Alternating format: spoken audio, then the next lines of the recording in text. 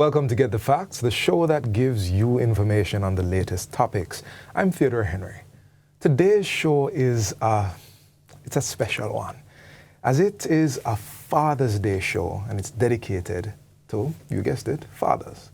Father support plays a crucial role in the development and the well-being of children and the overall family dynamic, whether it be emotionally, I know we don't usually consider that one, but mentally or physically. When lacking the support of a father, children generally feel a great loss, one that can follow them for all their lives. But we could also argue that fathers too need support. Often the conversation will surround the woman and what they need, and that's fine. But today, we're talking father support, the importance of getting so that they can have to give. Showing support to fathers is crucial for several reasons, as it not only benefits the fathers themselves, but also positively impacts their families and communities. And that's exactly what we're here to do. We are joined by Ms. Kesia Carr, Chief Executive Officer of the National Parenting Support Commission, NPSC. And she'll be telling us what the agency is doing in this regard. We also have some experts on the subject matter, Mr. Elroy Richards and Michael Carr, to round out the conversation. Lady, gentlemen, welcome to Get the Facts. Thank you. Let's jump right into getting the facts. All right, let me start with the gentleman. Sir Elroy, I'm going to start with you, then Sir Michael. Tell me, from your perspective as a father, what is one of the most common challenges you think fathers face? Well, fathers always face the challenge as to be the head, the supporter, the column, the strong one in the family. Right. But oftentimes, fathers are present, but the quality time is what's really missing. And sometimes, because of work purpose, we are lacking that. So you think that because of the pressure to be head and provide and protect and this, it pushes aside? Yes, sir. The perspective. Okay. Michael? Well, the pressure is on where we have to be setting the example and balancing that with what is happening in today's world. Because what is happening now is that you might have certain standards, but when our kids go out into the school and in an environment, there's a different standard. So the pressure is on how to balance that and make them know that what we are telling them is a correct thing for do. Conflict of standards. Yes. Okay. All right, Lady Carr, I want to rope you in on this one. I am aware of a sort of societal perception of what fathers are, which actually tends towards what fathers are not. Is that still the case? To an extent, yes. But I want to say that the perception of fatherhood and who fathers are in that process is changing. Oh, that's great. Whether or not it's changing at the pace that we want it to be changing is another conversation. But I do see changes in the conversations around fatherhood. And a part of that also has to do with the fact that fathers are now seeking support. So before, it's not a situation where supports were not available. It's that because of the whole orientation or socialization where man is supposed to be macho and strong and tough, and you're right, protector and provider. Don't need no help. He doesn't need any help at all. But we're seeing changes in that, where fathers are recognizing their humanness, that hello, you're not Superman. Yes. You can come for support. Now, they are saying to us, though, that the supports that they need, they don't want those supports to be delivered in the same spaces where women are. And so as a commission, we're responding to that. We take it very seriously. Gentlemen, I have to bring you in on that one. Do you see that value as well of men sharing with men supporting men? Not that we have anything against women. Yeah, I understand what you're saying because how we were oriented as growing up, we have this macho thing about us that when women are involved and they come, we start to feel smaller and we don't feel like a man.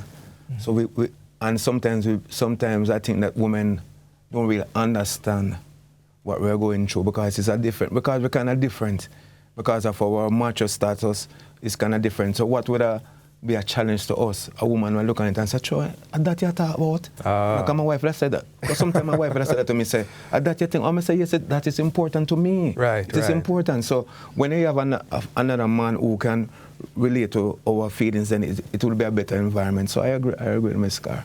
Sir Elroy, but I know you're big on quality time.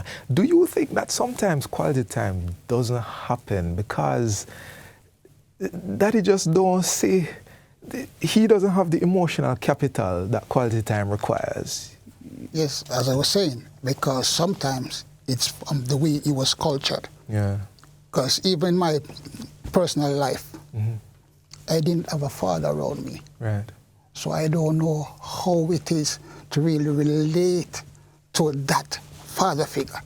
However, I've learned it from other men, family, friends, how now to navigate around with my own son. Yes. And sometimes it put us in a space as male, you know, because we are so macho. Like, for instance, you used to say to your son, "You know, I love you." It just comes across a way. Can't do so that. then now we kind of differ from saying certain things. Okay. "Come here, boy, give me a hug," you know, Right. like. I get you. So that's it. We're going to have to go to a break, but Lady Carr, here's a man who has sought support. But we are going to a break. It's Get the Facts. We're talking father support in this Father's Day special. Please stay with us. We're coming right back.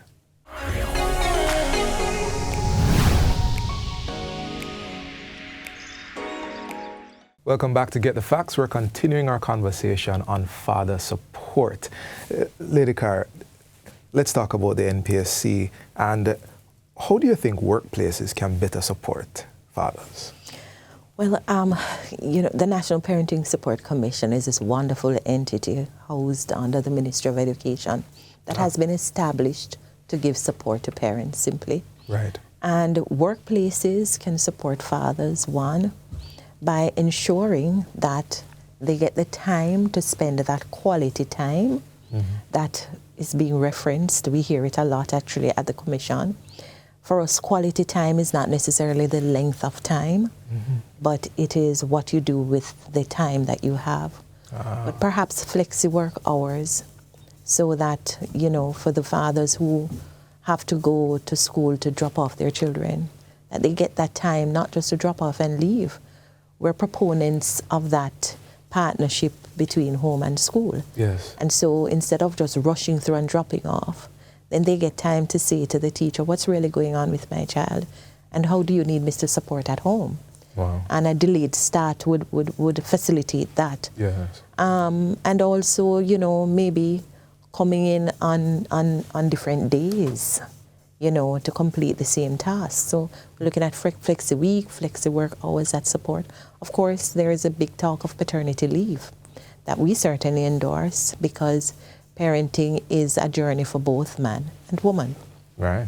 And that support that women need and the bonding that needs to happen between mom and child and dad and child, that bonding is important. And so we support paternity leave. We support them being fully immersed in that process, getting to know the child, understanding the child, the child's needs, and bonding that relationship between a child, boy, father, girl, father, is very important. For a girl, it certainly teaches a girl what a relationship with a man ought to look like. Yes. Yes, it's the first relationship a girl will have with a male. First and the basis going That's forward. right, absolutely. It sets the foundation. And for a boy, it's going to teach what navigating life, understanding how to treat women, understanding what it means to respect yourself, what it truly means Some of what you to be a man. And then perhaps we'll have consensus on what those values should be, you know, because we'll all have the time to inculcate from very early Yes. what it is that we want from our children, so that when they become fathers, they have good principles to emulate. Right, you are. A house built together is certainly That's stronger. right, that's right. Gentlemen, you have a subject matter expert here at the national level, National Parenting Support Commission. I'm opening the floor. Is there a question you would pitch to Lady Carr? Why is it that it seems, in my point of view, that there's a bias when it comes to men's feeling in the society. Why is that? Well, that's really, the bias that you sense is real, and that's because of what you said before. The way we're socialized, the way our boys are socialized from they're young, that you're not supposed to tap into their feelings. You heard the conversation about mental health, and he went right to emotional health, what you feel and how you think. In Jamaica, what we feel is described in so many ways as bad. We use bad to describe a range of feelings. We don't teach words. And so there is a bias that men should not feel. You're supposed to power through. True. And so that is something we all have to work on changing as a society. How do we view our boys and allowing them to understand their feelings and name the feelings that they have so that we can better be able to work through. Sir Elroy, you have one for us? My question would be, why is it that the males are being pressured to support the child, and in which it's a mother-father situation? Why the male has been so pressured? And I think what's implicit in your question is financial support, right? And you're right, support is a wide range of things. It's certainly not limited to financial support. And that's a question to ask. Why are males pressured to be the sole providers? Because it really shouldn't be.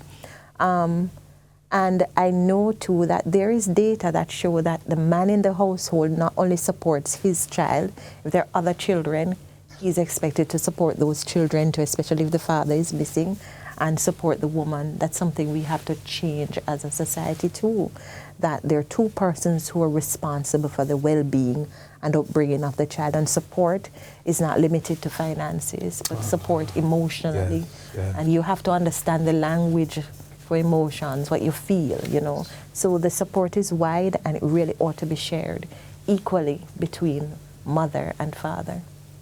Great questions. Thank you. Thank you for the answers. And Lady Carr, can you share with us just a little bit in these last few minutes, actually seconds, what is it that the NPSC has in store for fathers? Well, we have a lot in store for fathers. We do have programs that range to develop effective parenting skills. Recently, just Wednesday, we had a training session for 100 men.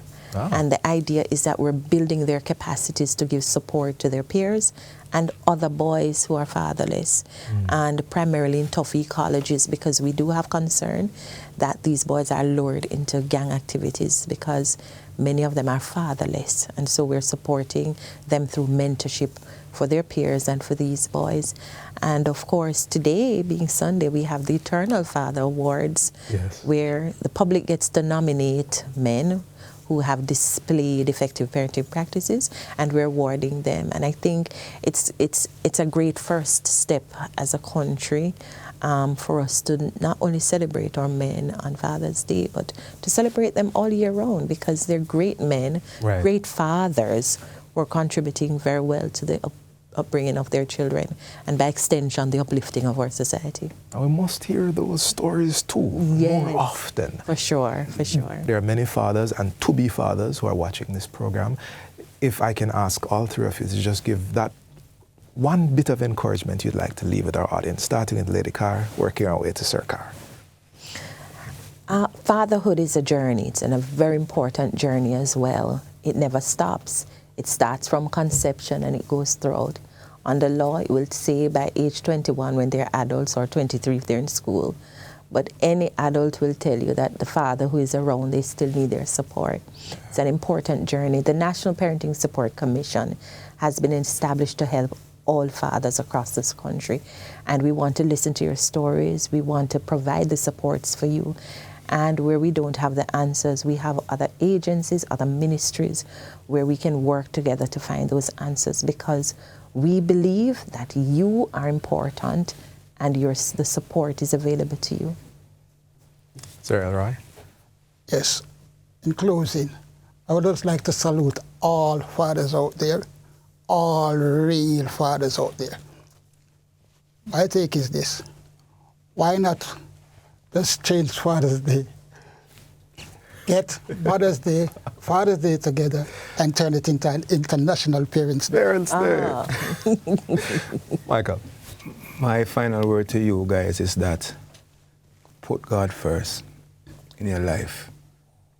Love your children as you either love yourself, because you can't go wrong by that, and live by example, not by just saying it, but by action. Because if you act on what you say, your children will listen, they'll be better men in the society. God bless you. Happy Father's Day, everyone. And on that note, this has been Get the Facts, and I do hope we were able to enlighten you and encourage you today and even empower. So do have a prosperous day and happy Father's Day to all the fathers. Happy Father's Day.